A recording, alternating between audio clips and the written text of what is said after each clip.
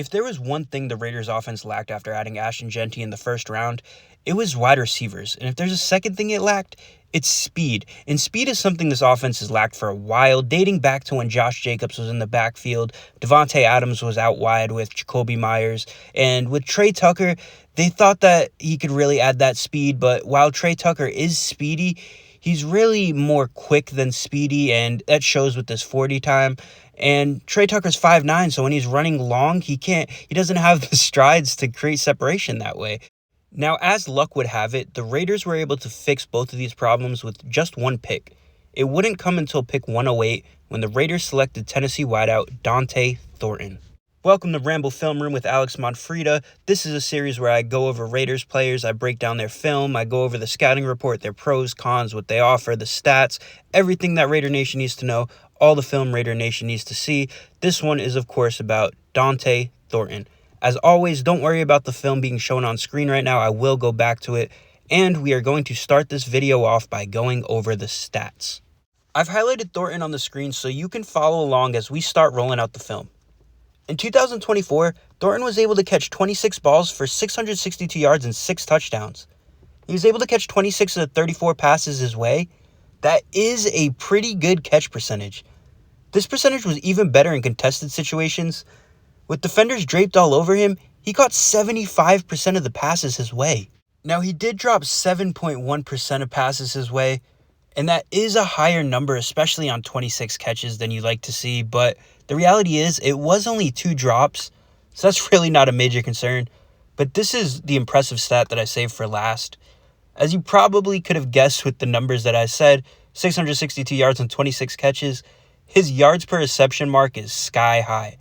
In fact, it is the number 1 mark among all receivers in the entire FBS who had at least 20 catches in 2024. It was 25.5. Again, the number 1 mark among all receivers in the FBS who had at least 20 catches this past season. And as this play on screen wraps up, I am going to dive right into the pros and cons. And the first pro is going to be something that you're going to see on this very play on screen right now. He moves very well when plays break down.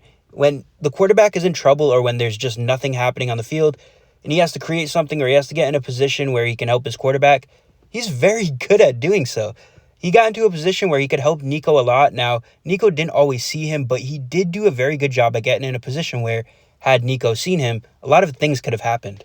And as I get into the rest of the pros, I got to tell you, my little notepad here with all the pros I have written down, it is basically stuffed to the brim. I have no idea how this guy lasted until pick 108.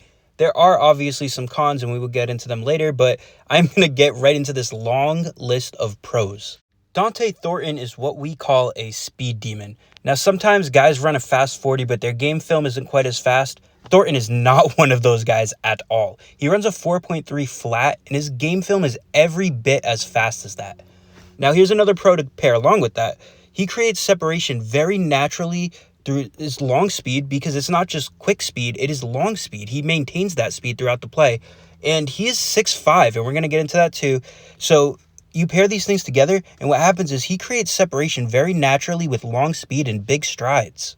But it's not just speed with Thornton, because having speed is one thing. Being able to control your speed is another thing, and that is what Thornton does so well. He can switch gears with ease for quick separation, and he could stop on a dime with ease and create separation like that. Guys just can't keep up. They're running full speed to try to keep up with him. He has the ability to stop on a dime. The defender has no choice but to keep going because they have to run so fast to keep up with him in the first place.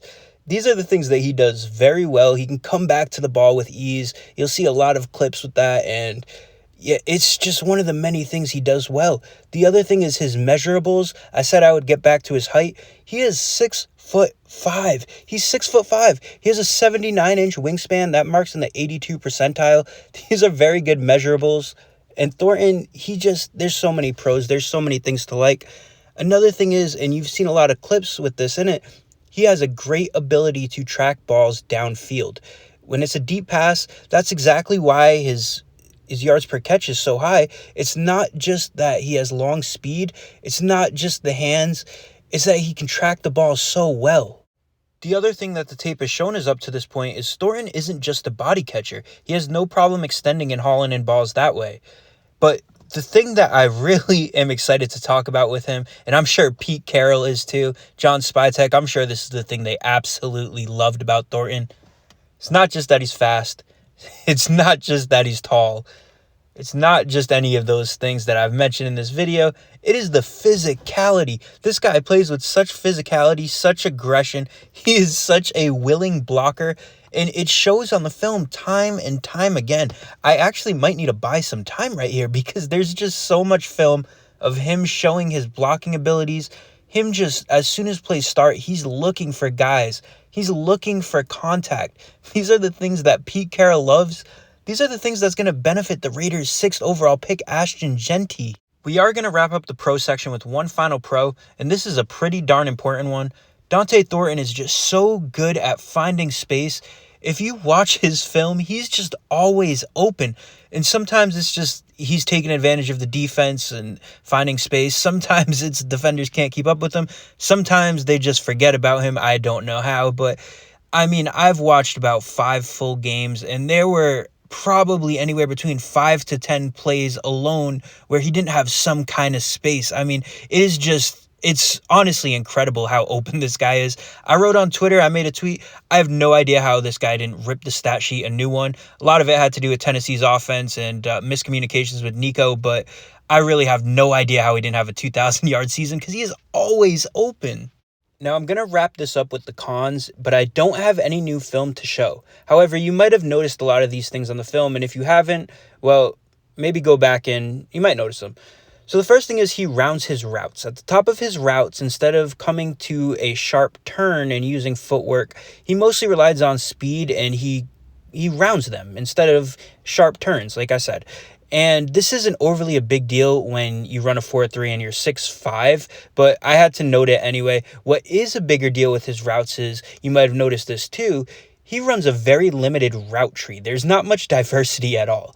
Now, to be fair, on some of the routes that he is comfortable with, he's shown the ability to run very well, specifically, comeback routes where he has to stop on a dime and those sort of things. But when it comes to post routes and whatnot, he does round them, but again, it doesn't have to be too much of a concern because we talked about the long strides, right? And he creates natural separation that way, and he probably will continue to do so at the NFL level, though at the NFL level, he does need to get more square with these routes instead of rounding them.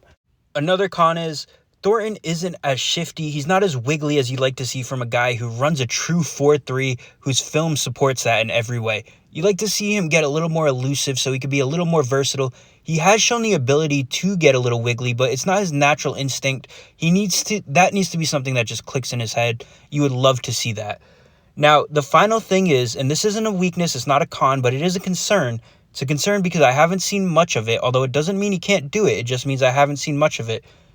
I would love to see him use that big 6'5" frame to his advantage, kind of like Mike Evans does, kind of like Mike Williams has done so many times in the past, and just bully guys because he is aggressive. He loves to play physical, and if he could use that to his advantage and that all ties together, he has the speed, he has the physicality, he has the size, he has the frame. How do you stop this guy, right? But until he does do that, you can't say that because you do know how to stop him. But if he can learn that, if he can get physical and use his body to his advantage, there really is no stopping this guy. And that is going to do it for this one. If you guys enjoyed this, just give me a follow on Twitter at AlexMonfreda. It's just my name at AlexMonfreda. Make sure to give the Raider Ramble a follow on Twitter too at TheRaiderRamble. And on YouTube, make sure you subscribe to us on YouTube. Ramble Digital Media. We will be posting a lot more videos like this. We will be covering most of the rookie class, even undrafted free agents. So stay tuned for those, and I hope you guys enjoyed this one. More to come, guys.